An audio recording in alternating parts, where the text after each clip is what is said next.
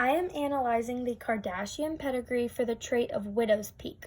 So here we have the phenotype of widow's peak where the dominant trait is having a widow's peak, which could be represented by capital W, or the heterozygous trait of capital W, little w, or the trait of no widow's peak, which is recessive, shown by the homozygous little w.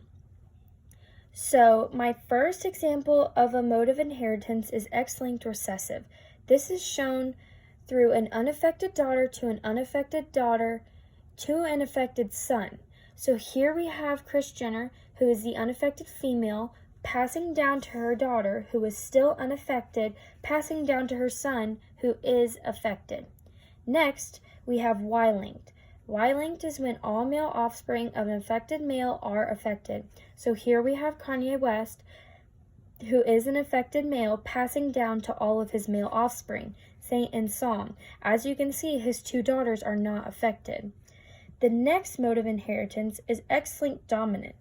X-linked dominant does not skip generations, and it's shown through a male passing to their daughter. Here we have Travis, who is affected, passing to his daughter, Stormy, who is affected. If he were to have more daughters, they would also be affected, but the sons would not. The next mode of inheritance is autosomal dominant. Autosomal dominant is equal in males and females, and the affected have at least one affected parent. So here we can see that Caitlyn Jenner is affected and passes it down to her daughter, Kendall Jenner, who is affected as well. Kendall has at least one affected parent.